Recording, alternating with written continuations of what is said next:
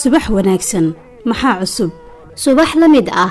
akhbaarta ugu weyn ee aan ku hayo waa in wasaaraddeena caafimaadka ay qabanayso talaalka cudurka dabeesha 24 ilaa 27 Oktoobar 2021 sidee loo qabanayaa